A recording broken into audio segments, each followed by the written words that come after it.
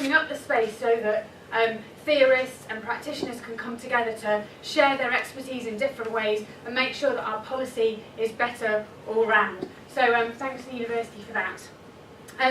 The World Development Movement is a UK-based campaigning organisation. We've been going since 1971.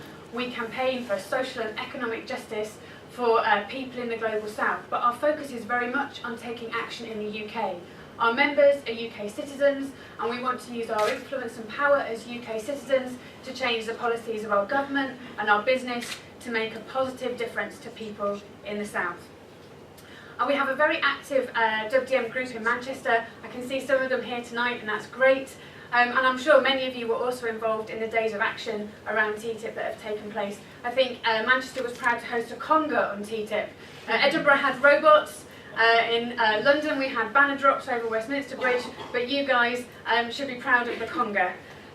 So we're here to discuss TTIP specifically, but really through all of these debates I'd like to ask you to think about two particular things. One of them is that TTIP is just an example, just one trade agreement that's being negotiated at the moment.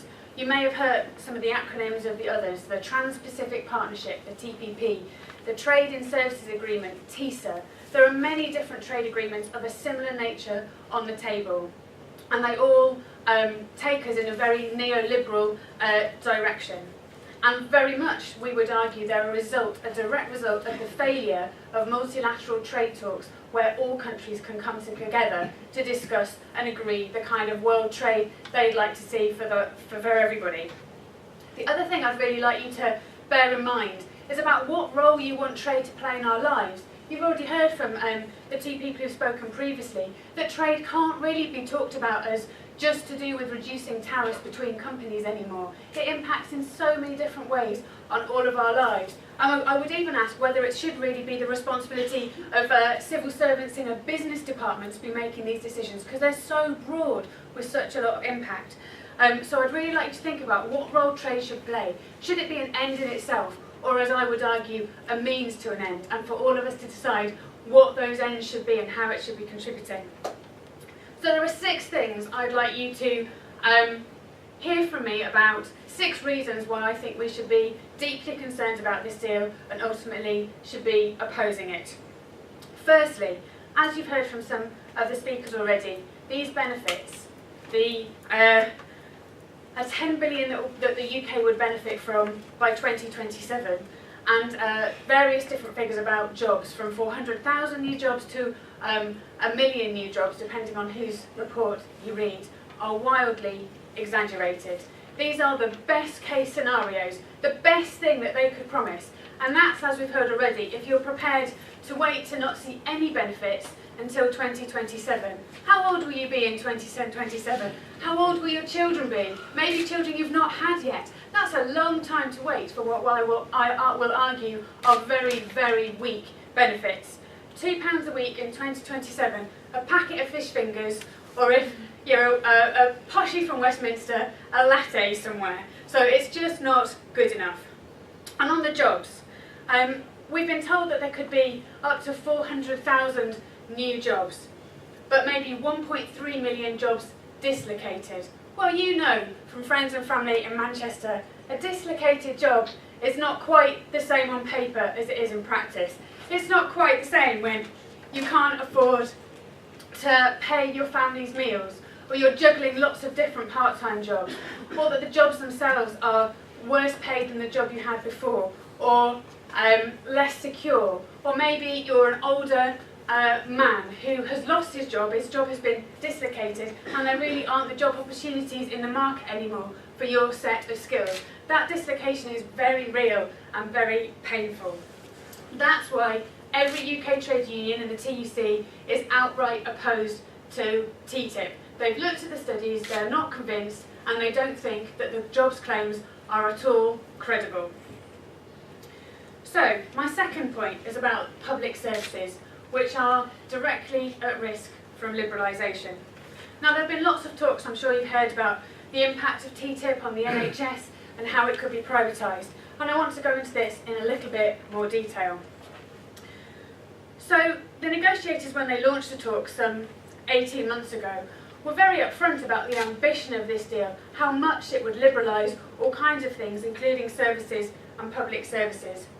But one of the most striking comments I've seen is from the British and American Business Group, a UK business lobby group on this, who talk quite openly on their website. By all means go and see it, it's enlightening, about how TTIP will at one stroke liberalise a third of global trade. And public services are absolutely on the radar for this. In fact, we aren't even clear what are public services, because the definition that's used in these trade agreements is not one that you or I would really recognise. We're not sure, for example, with the definition that's on the table at the moment, whether ambulance services count as a public service, or if they've actually already been classified as a privately provided service, or police support staff. We've had so many changes in the delivery of our public services that it's not very clear what a public service is these days, but absolutely it is on the table. Now the interesting bit is about who's put what on the table, and there have been lots of debates about whether public services are excluded or not, as well as what a public service is. But the people who have responsibility for whether the UK's public services are liberalised or not through TTIP are our coalition government. They are the negotiator on our part and the ones that can put something on the table and say, we would like the TTIP rules to apply to this, or they can say, actually, these things should be excluded. Now, I'm sure if you look at the coalition government's record on public services and austerity, you would find as little comfort as I do in thinking that they are going to be protecting public services from more marketisation and liberalisation. So the TTIP deal is trying to lock in the status quo, the amount of liberalisation we already have in public services and other areas of trade, and commits to liberalising them more over time through a series of ongoing negotiations. Now this doesn't mean that you can't renationalise those, but there could be a cost if you did that. And that's where some of the confusion may have come about that the deal would automatically privatise the NHS. And it's this cost of potentially renationalising a service that many of us are really concerned about, because it's not £10, it could be hundreds of thousands or millions of pounds, depending on what claim comes out of the International Arbitration Court where these cases are taken. My third point of concern is about the impact TTIP could have on regulation and standards, and you've heard much of this already from some of the other speakers.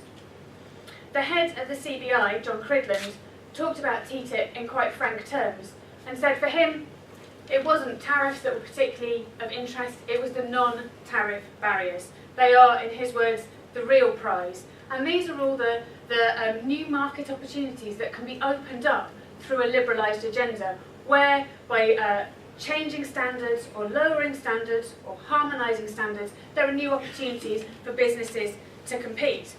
And it would be fantastic to think maybe this trade agreement would be different from all of the others, and actually by harmonising standards we could see a race to the top, improved environmental standards, improved labour standards, but that isn't the way things have been going. And I think it's our job as campaigners to make sure that we protect things as best we can and argue for that case. Now there are many standards that potentially could be at risk because this deal is so expansive and could affect so many different sectors. So there could, we've heard certainly from US government representatives and many business lobby groups about their ambitions for changes of standards on food, on the environment, for workers, as well as on public procurement and locally sourced food and locally employed people, the kind of practices that local authorities use all of the time.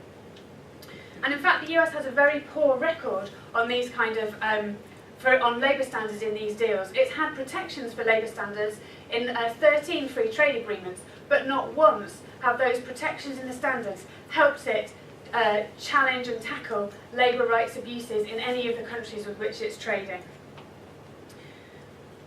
We've also seen through leaks of documents proposals for a regulatory cooperation council, where regulators may come together to potentially set the standards and set the ground for new legislation on the regulatory standards between the EU and the US. Now we've only seen this kind of information in leaks, which is not the most secure way of finding out about it, and I think is a very real reason why we should be asking the negotiators and our representatives to share with us the texts on which they're negotiating, because at the moment we can only speculate about what's there, and from many of the leaks we've seen from business groups, it could be the worst case scenario. And that leads me on to the point about transparency. No UK MP, to our knowledge, has seen these texts. They are held in a secure room that only a limited number of MEPs can see, depending on their involvement in the trade negotiations at a European level. This led to MEPs protesting in their own parliament 2 weeks ago, MEPs who didn't have access to these texts, who wanted to see them. But we're, I think, very lucky today because we actually have, I think, one person in the room who has seen the text, and that's David, who'll be speaking in a minute. So by all means, make the most of the opportunity and ask him what he has seen and what is in those texts. Just quickly to touch on the investor-state dispute settlement procedures. These are new rules that are part of the negotiations as well to give a whole new set of protections for investors when they operate in the EU and in the US. Now, BIS, the Department for Business Innovation and Skills, conducted a study very sensibly to look at what the impact of ISDS could be on the UK. They got the study done by a reputable university, the London School of Economics, which found that it would have no benefits to the UK and significant economic and political costs. But the UK government's position, in a letter we saw published 2 weeks ago, is that it is arguing, leading the call for ISDS to be in the TTIP negotiations, despite the evidence showing that it could be damaging to the UK. There are many examples of this that you would have heard of, how Veolia in Egypt sued the Egyptian government for wanting to raise the minimum wage because this could impact on its future profits and reduce the profits by having to pay more out to its staff because the wage bill had gone up. So there's a very serious question about why you would give these new powers to corporations. So just to conclude, and we'll maybe pick up some more of the points in questions, that the benefits for the TTIP deal are vastly exaggerated and there are far too many costs. We would argue this deal is not going to benefit ordinary people or the planet. Thank you very much.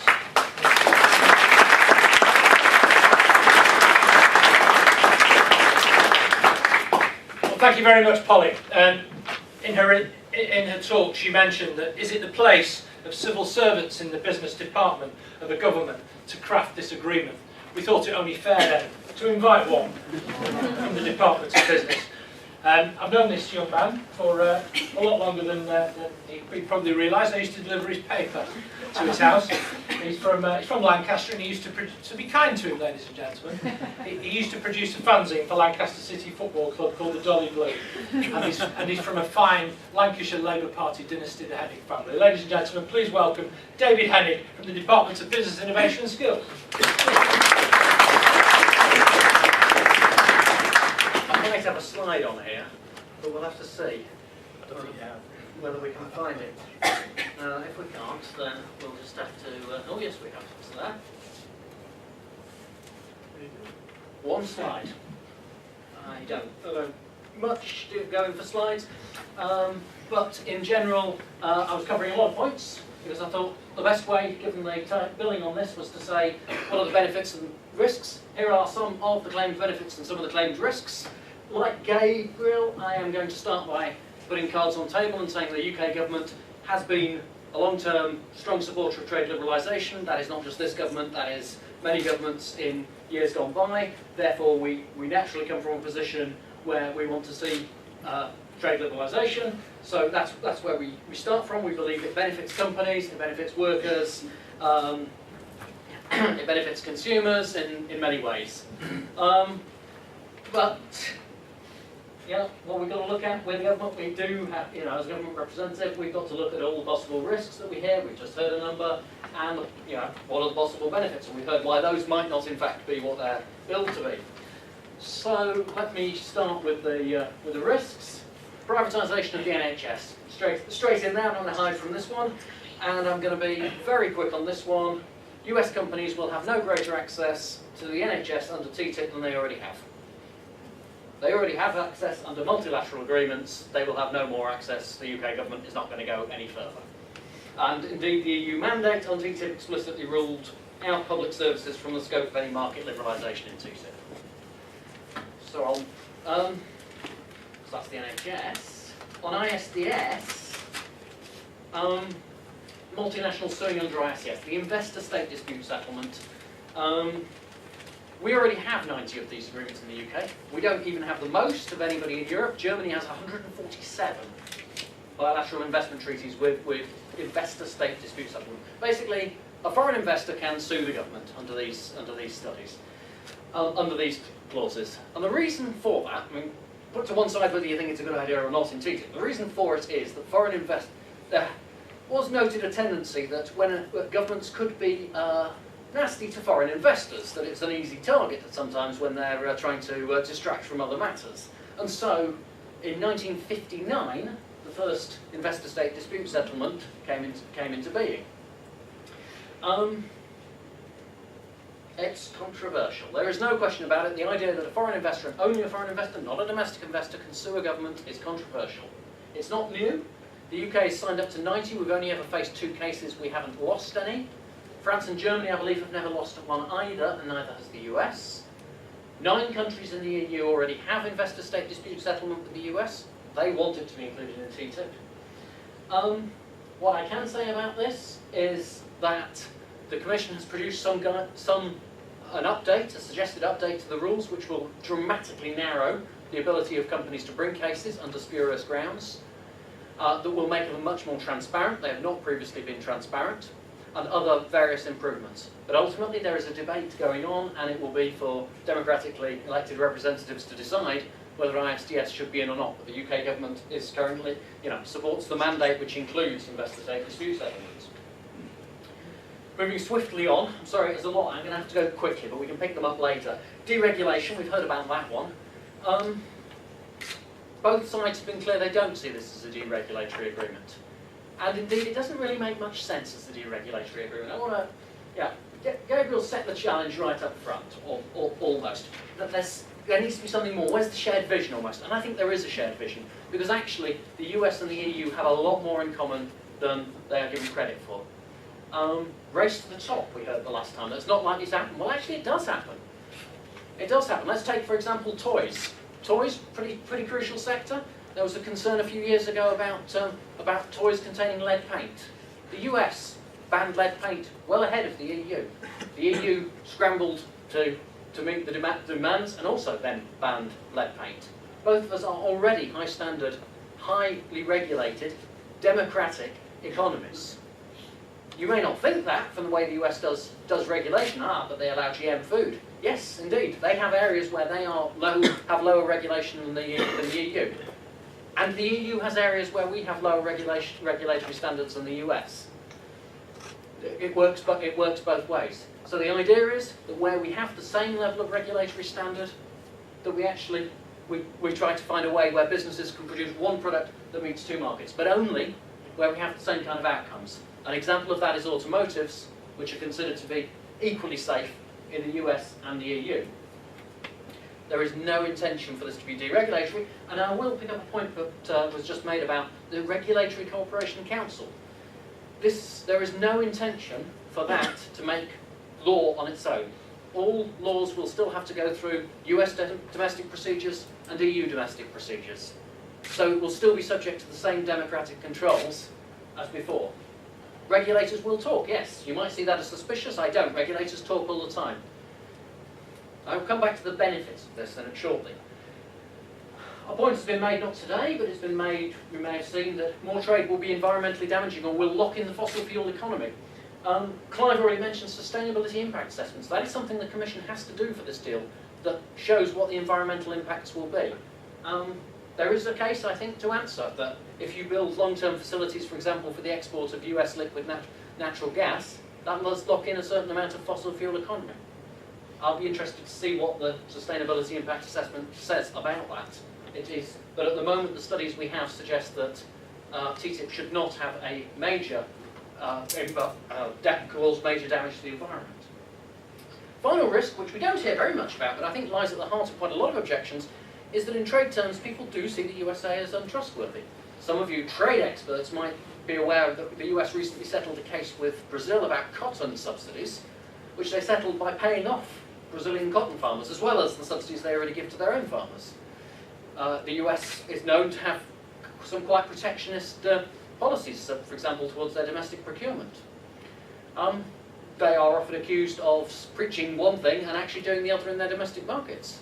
And I think there is a case to answer on that, but the case to answer is to put in place an agreement which actually addresses these, and that is what we would wish to do.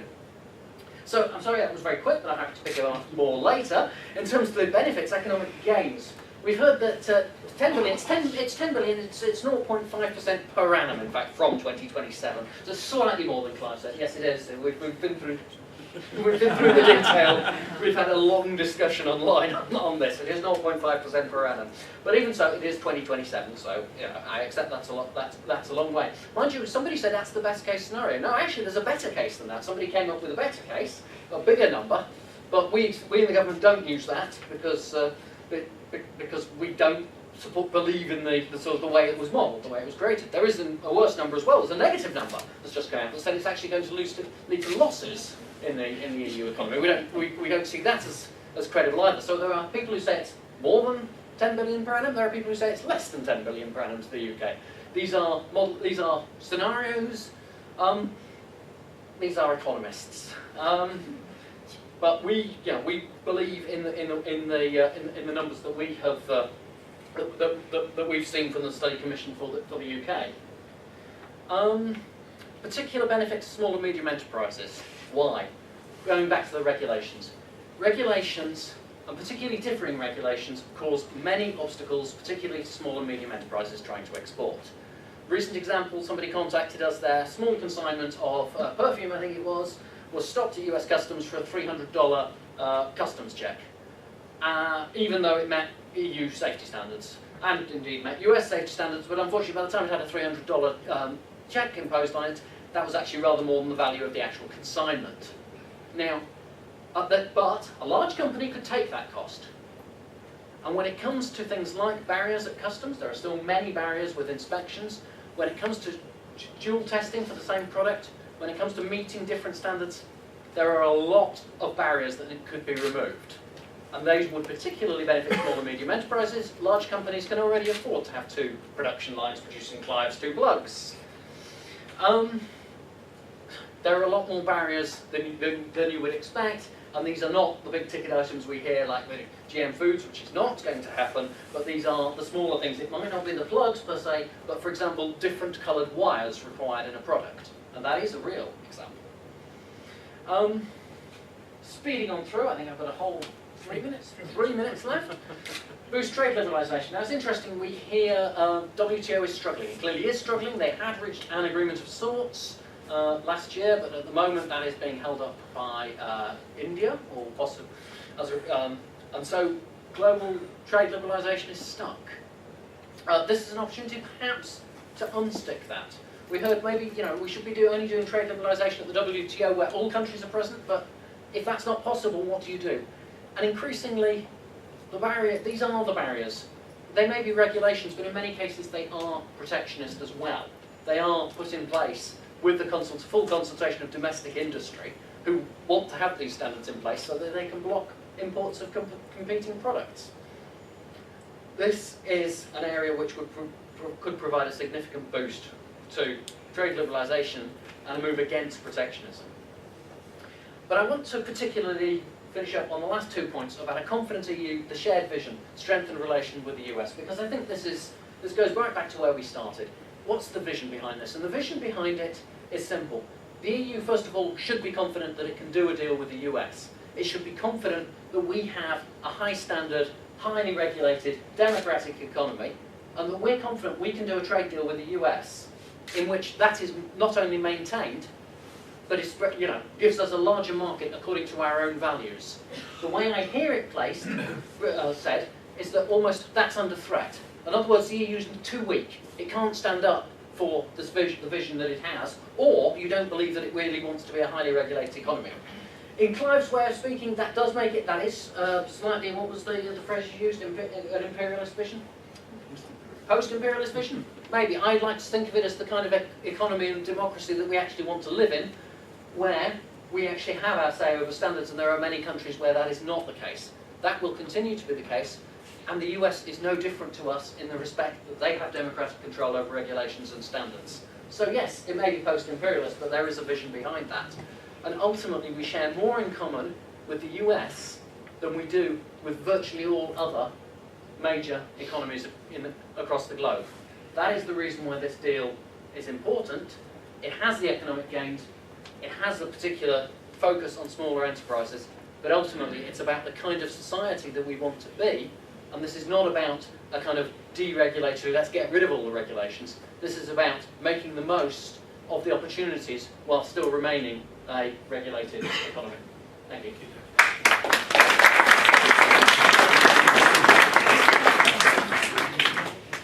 Now, we have 40 minutes, ladies and gentlemen, where we can take questions. I'm not even sure these microphones work, but we're just going to shout as loud as we possibly can so you can hear. And we'll pass these microphones around as well, whether they work or not. But then it just helps to hold one when you're making your point. We will take questions for the panel. You know what they all think. That's to say that your time's up, by the way. Most disappointing. And we'll take questions in groups of 3. Who wants to ask the first question? Okay, you there, sir, and yeah, and the lady with your arm up 2 rows back. Thank you. You, sir. Steve, I was managed to World Government Group.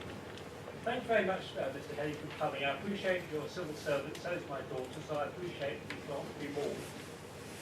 But my big question is, going back to the point Clive made, it seems to me that what we're engaged in doing is setting up and reinforcing a rich white man's club. You talked about, in your final moments, about the people we have our values with. Isn't this going to set the rules which are going to exclude an awful lot of other people? I'm thinking of the relatives of my neighbours who are Bangladeshi Pakistani. Isn't this going to reinforce alienation amongst people who feel that their families, their societies are being discriminated against because they aren't getting a chance to set the rules? Okay. We'll take that question. We'll take the next one.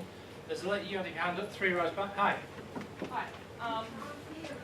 Yeah, it's quite difficult to hear, isn't it? Are any of these microphones working?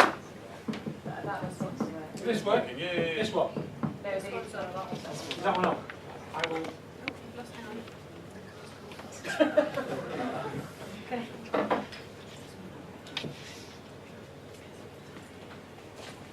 It is important that you can hear us.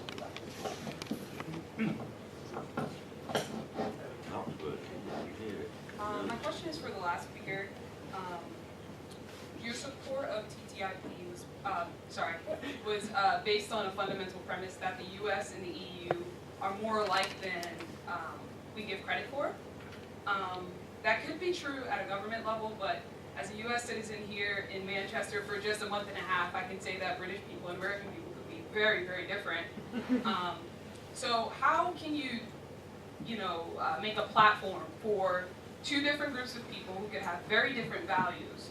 How can we have a voice? I have a hard time having a voice just speaking to my own government. How can I have a transatlantic voice at that point? Yeah, we've got one further question here, and then we'll go back to the panel. This is for the last speaker. They'll answer for me. Do you have any examples of how this agreement actually does kind of regulate or limit the influence of the US in trade in the EU, or the hegemony of the US actually? Do you have any examples of how this actual agreement limits its powers at all? Because you said that it's better to be in a relationship with the US if we don't trust them, is it? Thank you. As I say, we'll take three questions to start with. David, they all seem to have come to you.